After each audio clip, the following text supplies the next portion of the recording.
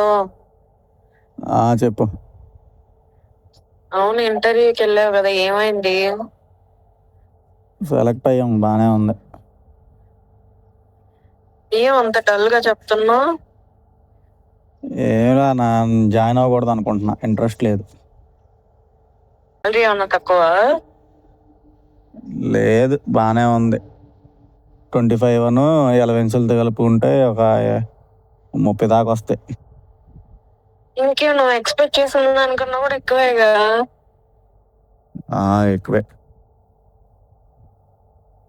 Work timings ఏమన్నా ఎక్కువ పెట్టారా? లేదు, నార్మల్ వర్కింగ్ అవర్సే, ఎప్పుడన్నా ఒకసారి ఉంటుంది ఎక్కువ, అంతే. ఏం మరి నీకేం మాయ రోగం వెళ్ళడానికి? ఎట్లా వెళ్ళమంటావే తల్లి, అది ఏమన్నా ఏం జాబ్ అనుకుంటున్నావు అది? ఏం జాబు? ఇక లోన్ రికవరీ ఏజెంట్ జాబ్ అది. అయితే ఏం, బాగానే చేస్తావు కదా, బాగానే మాటలు చెప్తావు కదా. బాగానే మాటలు చెప్పడం కాదే, నాకు ఒక 50 మంది లిస్ట్ ఇచ్చారు.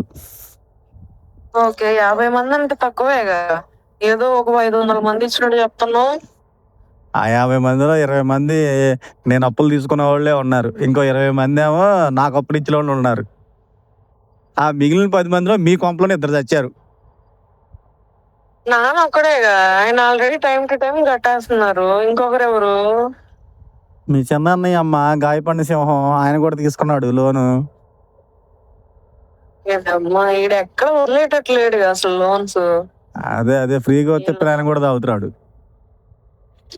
ఇలా అయితే నీ బతుకు బస్ స్టాండ్ వెళ్ళే లాస్ట్ కి నాకు అర్థమైపోయింది. నా బతుకు కాదు, మన బతుకు బస్ స్టాండ్. అయ్యో, నన్నెందుకు కలుపుతావు? అంతవరకు వస్తే అంకుల్ని చూసి పెళ్లి చేసుకుంటా, గవర్నమెంట్ జాబ్ ఉన్నోడిని. అమ్మని అమ్మ, పెద్ద ప్లానింగే రా,